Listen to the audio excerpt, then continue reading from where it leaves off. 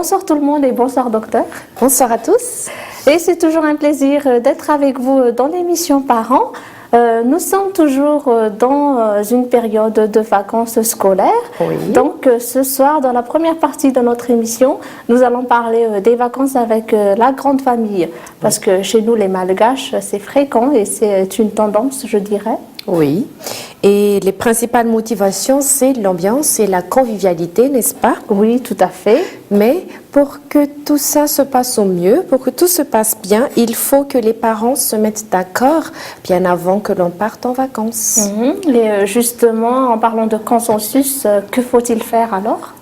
Plusieurs formules sont possibles et c'est à la famille de choisir ce qui leur convient le mieux.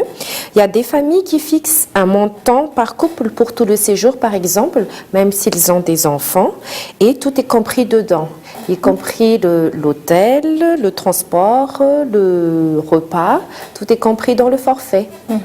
Mais est-ce que cela ne léserait-il pas les familles moins nombreuses, docteur? Oui, mais l'objectif de partir avec la grande famille, c'est de s'amuser et de se faire plaisir ensemble, n'est-ce pas? Tout à fait. Donc c'est à voir.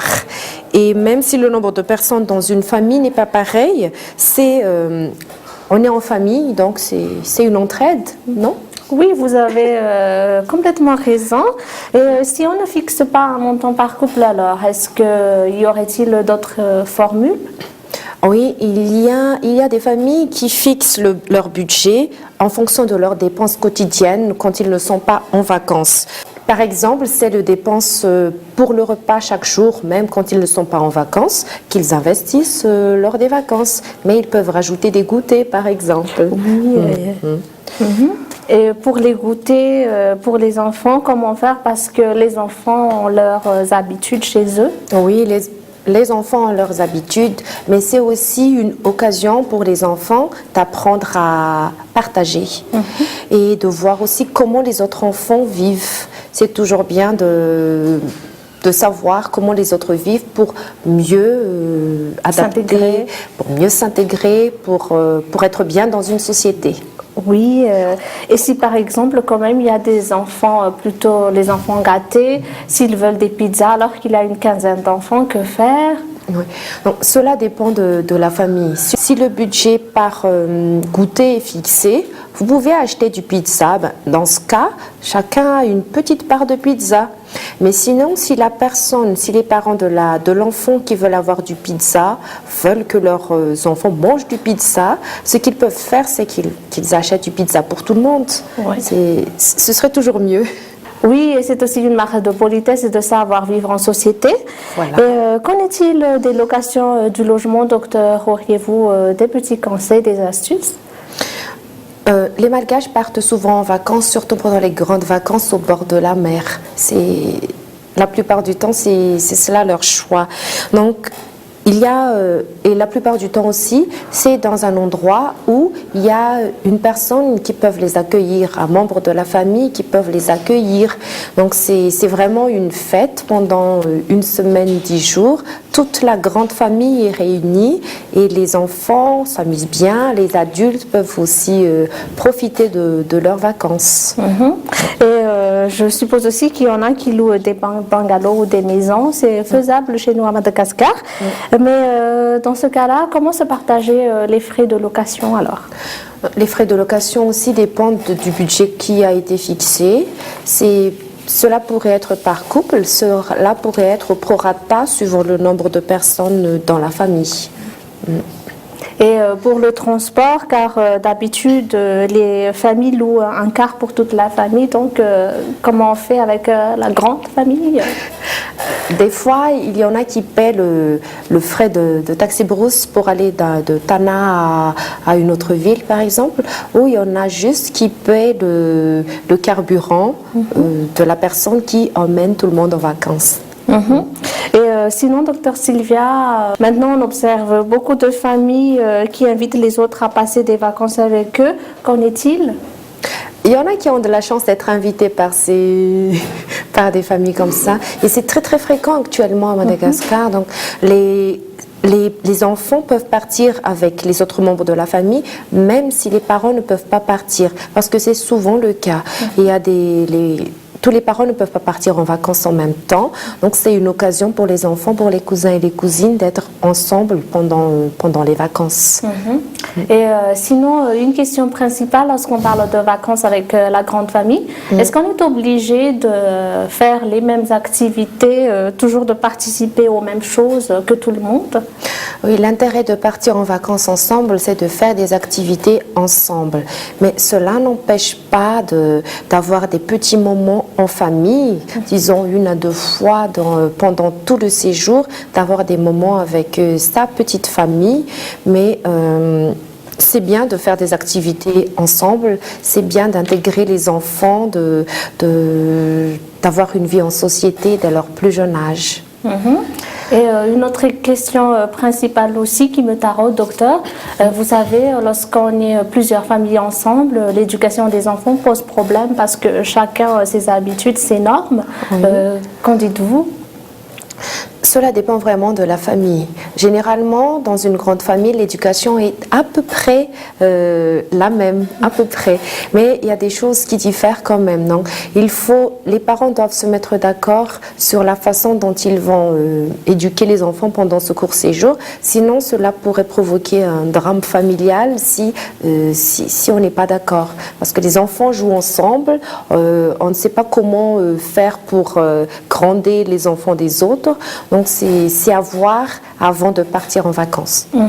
Et le grand souci, c'est que des fois, il y a des parents trop flexibles et d'un côté, il y a des parents hyper disciplinés, vraiment chevronnés sur des normes. Comment conjuguer cela? Donc, partir en vacances ensemble, surtout avec la grande famille, c'est une occasion de voir et d'apprendre aussi comment trouver le juste milieu quand on éduque les enfants, n'est-ce pas? Oui, tout à fait. Donc, pour conclure, il faut être ouvert d'esprit, il faut être tolérant parce qu'on est là pour prendre du bon temps avec la famille, n'est-ce pas? C'est l'intérêt de partir en vacances ensemble. Et en conclusion aussi, peu importe le système que vous adoptez, donc il faut en discuter à l'avance avec les autres parents, trouver un bon consensus et puis quand les choses sont claires, tout se passe bien. Voilà, exactement. Et on souhaite encore une très bonne vacances à tout le monde. Ne nous quittez pas, on se retrouve après la pause.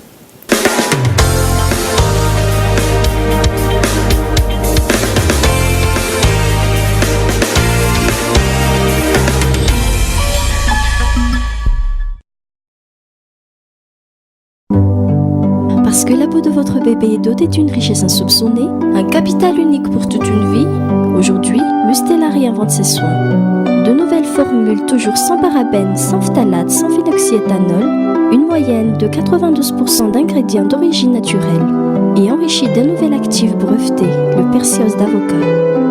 Parce que c'est maintenant que se joue l'avenir de la peau de votre enfant, Mustela lui apporte un soin unique dès aujourd'hui et pour demain.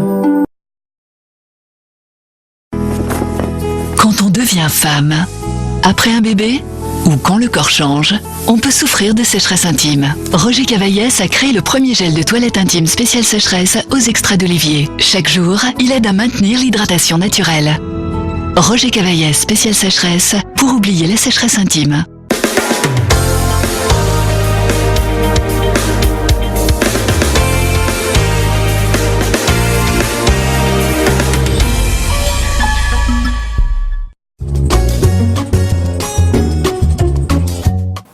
C'est tout mimi ce que vous nous avez ramené aujourd'hui, Taïne, c'est quoi?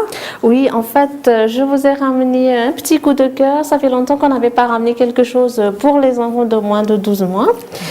C'est un article qui permet à l'enfant de développer son éveil musical. En fait, il y a 2 modes de jeu, 3 instruments, la guitare, xylophone, le tambour.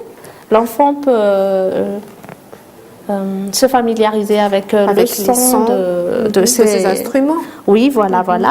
Et il y a 6 mélodies. Ah, d'accord. Il y a de quoi occuper votre enfant, il y a de quoi le familiariser avec les mélodies, le son. Et c'est très coloré aussi. Et je vois aussi que cela a une forme d'avion, je pense. Je n'arrive pas trop à discerner la forme, docteur Sylvia, mais en tout cas, c'est un jouet très sécuritaire. L'enfant peut jouer avec tout seul ou avec votre assistance. D'accord, et où est-ce qu'on peut trouver ce jouet, Taïn? On peut trouver ce jouet au Jumbo Score à Nkoundja. Courez vite alors chez Jumbo Score à Nkoundja si vous avez besoin d'activités pour les enfants de moins de 12 mois. Oui, c'est pour l'éveil musical de votre enfant. Merci de nous avoir amené ce joli coup de cœur aujourd'hui. C'est toujours un plaisir, docteur. Nous voici déjà dans la dernière rubrique de notre émission, sûrement la préférée des parents. Ce soir, je vais lire la question de Monica. C'est toujours relatif aux vacances. Est-ce que les crèmes solaires sont vraiment indispensables pour les enfants? Merci de votre conseil. C'est une question très pertinente et il faut savoir que la peau de l'enfant est très fragile par rapport à la peau de l'adulte. Donc les crèmes solaires sont vraiment indispensables, surtout si vous prévoyez d'aller en bord de mer. Même pour les enfants de 6 mois, il y a des crèmes solaires adaptées pour chaque type de peau de l'enfant. Il faut savoir qu'une exposition de 10 minutes chez l'enfant équivaut à une exposition au soleil de 40 minutes chez un adulte. Donc, la peau est déjà très fragile et la peau garde en mémoire le fait d'être exposée au soleil. Cela pourrait ne pas se voir tout de suite les conséquences de cette exposition, mais il se peut aussi que l'enfant soit brûlé et des coups de soleil tout de suite. Donc, ne pas oublier les crèmes solaires si vous partez en vacances, surtout pour les enfants. Tout à fait. Cette question était vraiment pertinente parce que les Malgaches pensent qu'avec notre peau mate, on n'a pas besoin de crème solaire alors que c'est faux. Oui, c'est faux et les Malgaches n'ont pas du tout l'habitude d'appliquer des crèmes chez les enfants. Donc c'est vraiment indispensable d'appliquer les crèmes solaires, sans oublier toute la panoplie contre le soleil, le chapeau, les vêtements en coton, bien s'hydrater, mettre des lunettes anti-UV et ne pas s'exposer au moment de grande chaleur aussi. D'accord. Et on va peut-être traiter ce thème-là un jour parce que c'est un thème très intéressant et très pertinent. Mais ce soir, on va clore notre émission. On vous remercie de nous avoir suivis et on se donne rendez-vous toujours dimanche prochain. Au revoir.